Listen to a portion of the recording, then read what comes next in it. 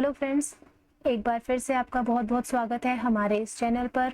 और आज हम डिस्कस करेंगे गुड्स एंड सर्विसेज टैक्स को। और इस टॉपिक पे हम 80 प्लस मोस्ट इम्पॉर्टेंट क्वेश्चंस करेंगे जो सभी कॉमर्स एग्जाम्स के लिए इम्पॉर्टेंट है। और ये क्वेश्चन स्टेटमेंट बेस्ड होंगे, चाहे वन वर्ड हो या वन सेंटेंस हो। हम कंप्लीट जीएसटी रिवीजन करेंगे और आपको इन सभी टॉपिक्स पे यहाँ एमसीक्यूज देखने को मिलेंगे। तो देरी ना करते हुए आगे बढ़ते हैं। क्वेश्चन नंबर 1, जीएसटी का फुल फॉर्म। सबसे पहला सबसे बेसिक क्वेश्चन, हम इस वीडियो में बेसिक से एडवांस की तरफ मूव करेंगे। तो फर्स्ट क्वेश्चन फुल फॉर्म का, goods and services tax. GST किस प्रकार का टैक्स है? इनडायरेक्ट टैक्स है। जीएसटी ने लगभग कितने इनडायरेक्ट टैक्सेस को मर्ज किया है? 17, आप सभी जानते हैं।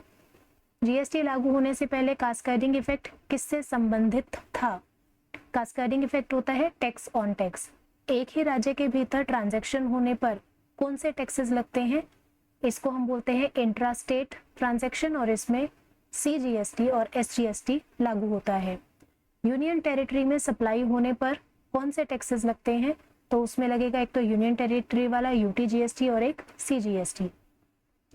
7th, जीएसटी रजिस्ट्रेशन नंबर कुल कितने डिजिट्स का होता है? 15 डिजिट का होता है, आप जानते हैं। जीएसटी आईएन, ये जो नंबर होता है के प्रथम 2 डिजिट्स क्या दर्शाते हैं? स्टेट कोड होता है ये। जीएसटी आईएन में अगले 10 डिजिट किससे संबंधित है? ये उस व्यक्ति के पैन कार्ड से संबंधित है। जीएसटी काउंसिल में कुल कितने मेंबर्स होते हैं? 33 मेंबर्स। जीएसटी काउंसिल में यूनियन मिनिस्टर्स की संख्या कितनी होती है? 2 होती है, आप याद रखेंगे। जीएसटी काउंसिल का मुख्य कार्य क्या है? ये इशू रेजोल्यूशन करता है जीएसटी से रिलेटेड। आगे बढ़ेंगे। भारत ने जीएसटी का मॉडल किस देश से अपनाया है? कनाडा से अपनाया है। जीएसटी कमेटी के चेयरमैन कौन थे? विजय केलकर जी। जीएसटी से संबंधित कॉन्स्टिट्यूशन अमेंडमेंट कौन सा था? नंबर था वो 101 वा अमेंडमेंट। जीएसटी बिल का नंबर क्या था? 122 था। जीएसटी पूरे भारत में कब लागू हुआ? 1 जुलाई 2017 से। आर्टिकल 279A किससे संबंधित है? बहुत ही इंपॉर्टेंट आर्टिकल है ये, जीएसटी काउंसिल से संबंधित है। आईजीएसटी किस आर्टिकल में वर्णित है? आईजीएसटी है 269A। आप इन दोनों में कंफ्यूज ना हो, ये है 279A और ये है 269A। आगे बढ़ते हैं। जीएसटी चोरी, अगर कोई इवेजन किया जाता है, अधिकतम सजा कितनी हो सकती है? 5 वर्ष की। जीएसटी आईएन में second last digit by default क्या होती है? 15 डिजिट का ये नंबर होता है, और उस 15 डिजिट में से लास्ट की जो सेकेंड लास्ट डिजिट है वो होता है Z। ये डिफॉल्ट सभी में सेम होता है। जीएसटी किन वस्तुओं या क्षेत्रों पर लागू नहीं होता? Alcohol for human consumption, electricity पर, पेट्रोलियम प्रोडक्ट्स पर। यदि कोई व्यक्ति केवल 0% जीएसटी या एग्जेम्प्टेड आइटम्स जैसे ग्रेन्स और पल्सेस का व्यापार करता है, तो क्या 20 लाख रुपए का टर्नओवर पार होने पर जीएसटी रजिस्ट्रेशन आवश्यक होगा? हमें पता है 20 लाख से ऊपर टर्नओवर होने पर जीएसटी अनिवार्य है, लेकिन यहाँ पर लिखा है एग्जेम्प्टेड आइटम्स, तो नहीं, रजिस्ट्रेशन कंपलसरी नहीं है क्योंकि एग्जेम्प्टेड सप्लाई है।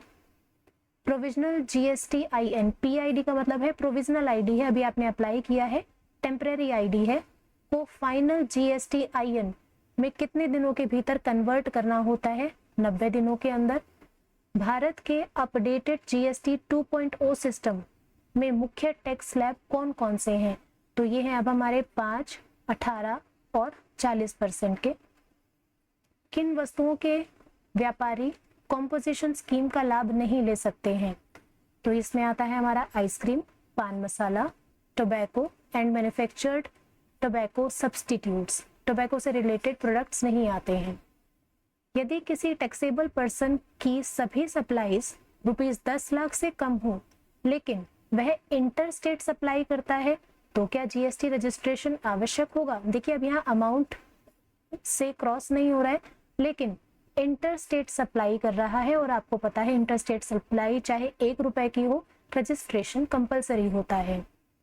क्या एक राज्य का एसजीएसटी दूसरे राज्य की आउटपुट टैक्स लाइबिलिटी को डिस्चार्ज करने के लिए उपयोग किया जा सकता है? क्या हम ऐसे सेट ऑफ कर सकते हैं? नहीं, ऐसे नहीं कर सकते। अक्रॉस स्टेट्स नहीं कर सकते हैं। एसजीएसटी क्रेडिट का उपयोग आईजीएसटी लाइबिलिटी के पेमेंट के लिए कब किया जा सकता है? Under the same GSTIN only, same identity पे, सेम रजिस्ट्रेशन पे किया जा सकता है इसको सेट ऑफ। क्या रेंट अ कैब सर्विस पर इनपुट टैक्स क्रेडिट उपलब्ध होता है? नहीं, इस पर उपलब्ध नहीं होता है। क्या पार्टनरशिप फर्म द्वारा पार्टनर्स को दी गई सैलरी जीएसटी के अंतर्गत टैक्सेबल होती है? नहीं, सैलरी टू पार्टनर टैक्सेबल नहीं है। क्या स्लम्प सेल पर जीएसटी लागू होता है? पहले स्लम्प सेल को समझते हैं। जब एक पूरे बिजनेस को, चलते हुए बिजनेस को एक मुश्त दाम पर बेच दिया जाता है, जैसे मैं यहाँ 10 लाख मान रही हूँ, तो उसको बोलते हैं स्लम्प सेल। हमने एक एक एसेट के एक एक टुकड़े की वैल्यू नहीं लगाई, हमने पूरे बिजनेस को एक साथ 10 लाख में बेच दिया, चलते बिजनेस की एक मुश्त कीमत तय कर ली, इसको बोलते हैं स्लम्प सेल। तो क्या इस पर जीएसटी लागू होगा? यस, इसको सप्लाई ट्रीट किया जाता है, नॉर्मल सप्लाई है तो जीएसटी लगता है।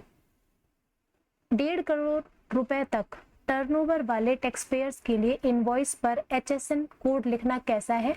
ऑप्शनल है। अगर 1.5 करोड़ तक है तो, अगर इससे ज्यादा बढ़ जाता है तो कंपलसरी हो जाएगा।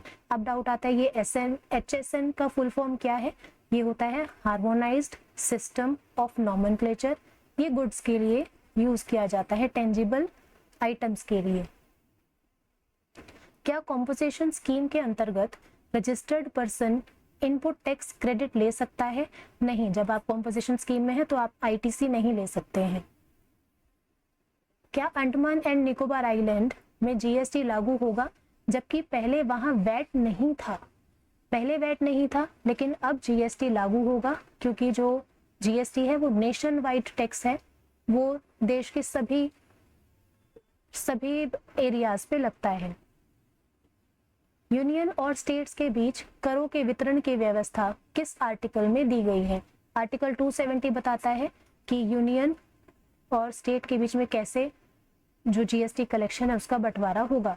कौन से यूनियन टेरिटरीज अपने लेजिस्लेचर होने के कारण जीएसटी फ्रेमवर्क में अपना SGST लॉ लागू करते हैं, वो अपना कानून खुद बनाते हैं? ये है दिल्ली, पुडुचेरी और जम्मू एंड कश्मीर। पहले 2 ही हुआ करते थे, जम्मू कश्मीर अभी ऐड हुआ है, तो ये इंपॉर्टेंट बन जाता है, यहाँ से क्वेश्चन पूछा जा सकता है। जीएसटी में इनपुट टैक्स क्रेडिट ITC का प्रावधान किस सेक्शन में दिया गया है? ये सेक्शन 16 ऑफ CGST एक्ट 2017 के अंदर दिया गया है। किन वस्तुओं या सेवाओं पर ITC उपलब्ध नहीं होता? ITC हम नहीं ले सकते हैं मोटर व्हीकल्स पर, फूड एंड बेवरेजेस पर, रेंट अ कैब जो इससे पहले क्वेश्चन में ऑलरेडी आ चुका है, और पर्सनल कंजम्पशन आइटम, इन पर ITC नहीं मिलता है। क्या लॉस्ट, स्टोलन या डिस्ट्रॉयड गुड्स, मतलब हमने बेचा नहीं है, वो बिजनेस में ही खत्म हो गया, पर ITC उपलब्ध होता है? नहीं, इन पर नहीं होता है, क्योंकि हम इनको आगे बेचकर इन पे GST कलेक्ट नहीं कर रहे हैं, तो ITC भी नहीं ले सकते। GST लॉ के अंतर्गत वे ट्रांजैक्शन जिनमें गुड्स भारत में ही रहते हैं लेकिन टैक्स बेनिफिट हेतु एक्सपोर्ट माना जाता है, एक्सपोर्ट माना जाता है, उसको एक्सपोर्ट हुआ नहीं है, तो इनको हम डीम्ड एक्सपोर्ट कहते हैं। किन वस्तुओं को GST 2.0 में सिन गुड्स की श्रेणी में रखा गया है? ये गुड्स हैं टोबैको, पान मसाला और एरिएटेड बिवरेजेस। GST 2.0 के अंतर्गत सिन गुड्स पर वर्तमान GST रेट कितना है? ये है हमारा हाईएस्ट रेट 40%। GST में सर्विसेज के क्लासिफिकेशन हेतु प्रयुक्त SAC का फुल फॉर्म क्या है? इससे पहले HSN आ चुका है, वो गुड्स के लिए है, अब आया है SAC, और ये क्या होता है? सर्विसेज अकाउंटिंग कोड, इसकी फुल फॉर्म याद रखेंगे। GST में एंटी प्रॉफिटियरिंग प्रोविजंस के लिए निर्धारित सनसेट डेट क्या थी? 1 अप्रैल 2025। अभी इस डेट को याद रखेंगे। अभी देखते हैं सनसेट क्लोज होता क्या है। GST में सनसेट क्लोज क्या होता है? किसी कानून या प्रावधान की पूर्व निर्धारित समाप्ति तिथि की वो तब से वो इनइफेक्टिव हो जाएगा, उसके प्रोविजंस हम क्लोज कर देंगे, स्टॉप कर देंगे, तो उसको बोलते हैं सनसेट क्लोज। और एंटी प्रॉफिटियरिंग के सनसेट क्लोज की डेट थी 1 अप्रैल 2025। आगे बढ़ते हैं। आगे बढ़ने से पहले एक शॉर्ट मैसेज आपके लिए, अगर कंटेंट आपको अच्छा लग रहा है तो ये दिया गया मैसेज, बस इस पे आपको एक्शन लेना है। आगे बढ़ते हैं।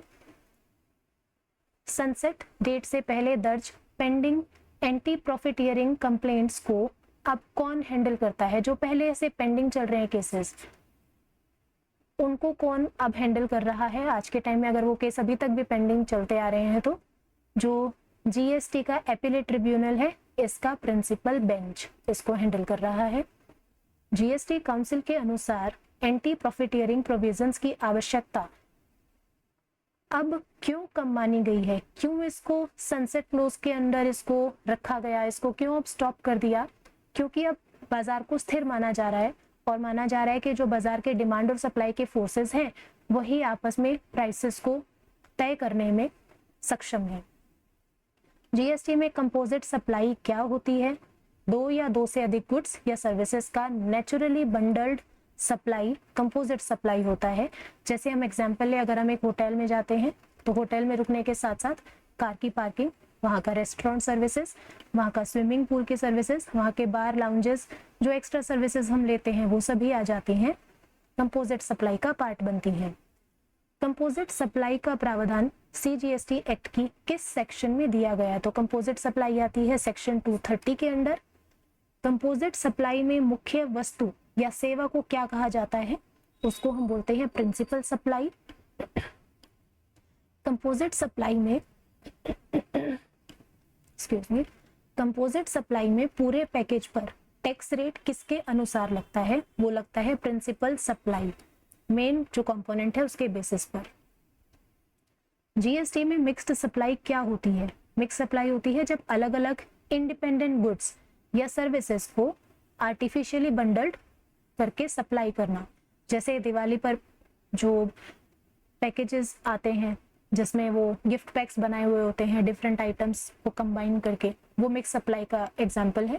मिक्स्ड सप्लाई का प्रावधान सीजीएसटी एक्ट की किस सेक्शन में? यहाँ भी सेक्शन पूछा गया है तो ये है 274। क्या मिक्स्ड सप्लाई में कोई प्रिंसिपल सप्लाई होती है? नहीं। मिक्स्ड सप्लाई पर जीएसटी रेट किस अनुसार लगाया जाता है? Highest GST rate in the package. उस पूरे बंडल में जिस भी चीज का हाईएस्ट जीएसटी रेट होगा उसके अनुसार सभी का जीएसटी रेट फिर लगाया जाएगा। अनरजिस्टर्ड पर्सन के असेसमेंट का प्रावधान सीजीएसटी एक्ट की किस सेक्शन में दिया गया है? ये इंपॉर्टेंट है। असेसमेंट एक ऐसे पर्सन की जो अनरजिस्टर्ड है तो कौन से सेक्शन में आता है? 63। अस्थायी मतलब टेम्परेरी रूप से किसी अन्य राज्य या स्थान पर टैक्सेबल सप्लाई करने वाला व्यक्ति जीएसटी में क्या कहलाता है? उसको बोला जाता है कैजुअल टैक्सेबल पर्सन। क्या इंटरस्टेट गुड्स सप्लाई करने पर जीएसटी रजिस्ट्रेशन अनिवार्य होता है? यस, चाहे आप 1 रुपए की करें आपको रजिस्ट्रेशन कराना कंपलसरी है। क्या इंटरस्टेट सर्विसेज देने वालों को रुपए 20 लाख तक रजिस्ट्रेशन एग्जेम्पशन मिलती है? यस, सर्विसेज के केस में मिल जाती है। E commerce platforms Amazon, Flipkart जैसे एग्जाम्पल हैं, इनके जरिए बिजनेस करने वाले तथा आरसीएम, यहाँ आरसीएम है रिवर्स चार्ज मैकेनिज्म के अंतर्गत आने वाले व्यक्तियों के लिए जीएसटी रजिस्ट्रेशन कैसा है? तो ये कंपलसरी है। इनको रजिस्ट्रेशन कराना कंपलसरी है। कोई थ्रेशोल्ड लिमिट नहीं दी कि 20 लाख या 10 लाख आपका टर्नओवर हो, आपको रजिस्ट्रेशन कराना कंपलसरी है। सामान्य राज्यों में केवल गुड्स सप्लाई करने वालों के लिए जीएसटी रजिस्ट्रेशन थ्रेशोल्ड कितना है? ये है 40 लाख। ये हम सामान्य राज्यों की बात कर रहे हैं। तो अगर विशेष श्रेणी की बात करें, स्पेशल कैटेगरी जिसमें हिली एरियाज आते हैं, उसमें केवल गुड्स की सप्लाई है तो जीएसटी रजिस्ट्रेशन कब कराना कंपलसरी है? अगर आपका टर्नओवर 20 लाख से ज्यादा है। आगे बढ़ेंगे। सामान्य राज्यों में सर्विस प्रोवाइडर्स, अभी तक गुड्स की हमने लिमिट्स देखी थी, नॉर्मल स्टेट्स में है 40 लाख और स्पेशल स्टेट्स में है 20 लाख। यहाँ पर है सर्विस प्रोवाइडर्स में या मिक्स सप्लाई के लिए जीएसटी रजिस्ट्रेशन थ्रेशोल्ड कितना है? ये थ्रेशोल्ड का मतलब है कि लिमिट क्या है। 20 लाख तक आपको रजिस्ट्रेशन नहीं लेना, 20 लाख से ज्यादा अगर आपका टर्नओवर होता है तो आपको रजिस्ट्रेशन कराना कंपलसरी है। और अगर विशेष श्रेणी की बात करें, स्पेशल कैटेगरी, हिली एरियाज वाले स्टेट्स, तो वहां पर सर्विस प्रोवाइडर के लिए जीएसटी रजिस्ट्रेशन थ्रेशोल्ड कितना है? ये है 10 लाख। जीएसटी में ई वे बिल क्या होता है? ई वे बिल होता है गुड्स ट्रांसपोर्टेशन के लिए आवश्यक एक इलेक्ट्रॉनिक डॉक्यूमेंट है। अब ये इंटरस्टेट ट्रांसपोर्टेशन में ई वे बिल कब अनिवार्य है, कब आपको ई वे बिल लेना होगा? जब आपका जो कंसाइनमेंट वैल्यू है, कंसाइनमेंट मतलब जो आप सामान भेज रहे हैं वो सामान की वैल्यू 50,000 से ज़्यादा हो। किन मामलों में 50,000 रुपए के लिमिट के बिना भी ई वे बिल अनिवार्य होता है? चाहे आप कम कीमत का सामान ले जा रहे हैं, पर फिर भी अगर आप एक राज्य से दूसरे राज्य में लेके जा रहे हैं तो आपको, अगर आप कोई जॉब वर्क के लिए जा रहे हैं, मतलब प्रोसेसिंग करानी है किसी चीज़ पर, मशीनरी पर, किसी टूल पर, किसी भी चीज़ पर आपको अगर जॉब करानी है, जॉब वर्क कराना है, तो आपको देना होगा। हैंडीक्राफ्ट गुड्स के ट्रांसपोर्टेशन में चाहे कंसाइनमेंट वैल्यू कितनी भी हो, आपको ई वे बिल लेना कंपलसरी है। किन परिस्थितियों में ई वे बिल की आवश्यकता नहीं होती है? वो कंपलसरी का केस था, अब आ जाता है कब आपको ई वे बिल लेना जरूरी नहीं है। नॉन मोटराइज्ड व्हीकल, जैसे जो सिंपल रेहड़ी वगैरह होती हैं जो बिना बिजली के, मोटर के बिना चलती हैं। कस्टम्स सुपरविजन तथा एग्जेम्प्टेड गुड्स, एग्जेम्प्टेड गुड्स में हमारी रोजमर्रा की चीजें आती हैं, मिल्क, वेजिटेबल, एलपीजी, करेंसी और ज्वेलरी। ज्वेलरी यहाँ पे रोजमर्रा की चीज नहीं है, लेकिन इसको इस परव्यू से बाहर रखा गया है। इनके ट्रांसपोर्टेशन में बिना वैलिड ई वे बिल के गुड्स ट्रांसपोर्टेशन करते पकड़े जाने पर क्या कार्रवाई हो सकती है? आपसे 100% टैक्स पेनल्टी ली जा सकती है। 100% टैक्स पेनल्टी क्या है? जितने की गुड्स हैं उस पर 100% टैक्स लगेगा, या फिर 10,000 रुपए की पेनल्टी। और जो ऑफिसर्स हैं उनके पास राइट होता है कि वो आपकी गुड्स और आपके व्हीकल को सीजर कर सकते हैं, जब्त कर सकते हैं। भारत में ई वे बिल सिस्टम कब लागू हुआ? तो ये लागू हुआ है 1 अप्रैल 2018 से। जीएसटी में QRMP स्कीम क्या है? इसकी फुल फॉर्म पूछी जा सकती है पेपर में। QRMP की फुल फॉर्म होती है क्वार्टरली रिटर्न फाइलिंग और मंथली टैक्स पेमेंट सिस्टम। आप रिटर्न क्वार्टरली भरिए लेकिन मंथली टैक्स पेमेंट कीजिए, ये है QRMP। अब क्वेश्चन आता है जीएसटी में ये QRMP स्कीम किन टैक्स पेयर्स के लिए लागू की गई है, किन के लिए लाई गई है? ऐसे लोग जिनका एनुअल टर्नओवर 5 करोड़ रुपए तक ही है या इससे कम है वाले स्मॉल टैक्स पेयर्स के लिए ये स्कीम लाई गई है। CBEC और CBIC का फुल फॉर्म, यहाँ से क्वेश्चन बनने के चांसेस हैं। Central board of excise and customs, यह है CBEC, और central board of indirect taxes and customs. Second वाली आपके लिए ज्यादा इंपॉर्टेंट हो जाती है क्योंकि CBEC को बदलकर CBIC कर दिया गया है। अब यहाँ क्वेश्चन, यही क्वेश्चन है आपके सामने है कि कब किया गया? 1 अप्रैल 2018। याद करेंगे दोबारा, जब ई वे बिल को इंट्रोड्यूस किया गया तभी CBIC नाम भी चेंज किया गया। जीएसटी काउंसिल की बैठक के लिए कोरम, मिनिमम मेंबर कितने होने जरूरी हैं?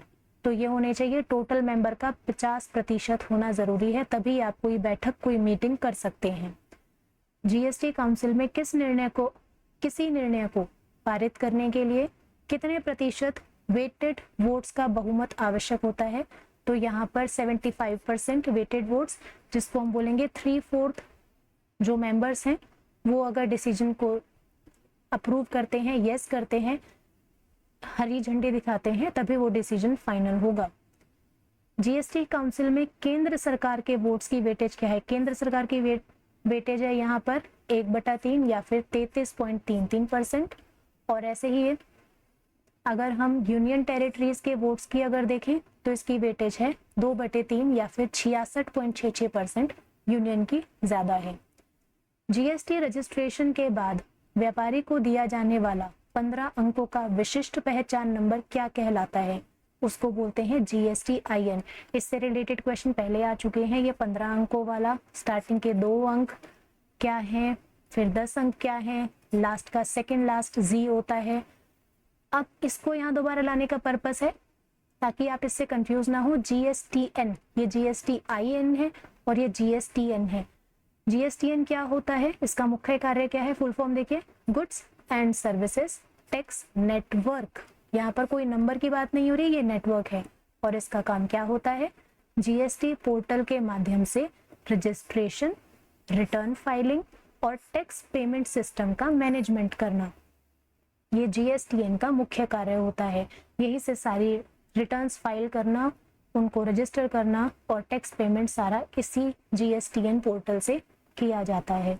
तो ये थे आज के बेहतरीन, बहुत ही बढ़िया रिवीजन लायक 81 क्वेश्चंस। और ये क्वेश्चंस अगर आपको कुछ नए लगे हैं तो उनको अपने पास रजिस्टर में नोट्स में ज़रूर लिखें, बार बार इनकी रिवीजन करें।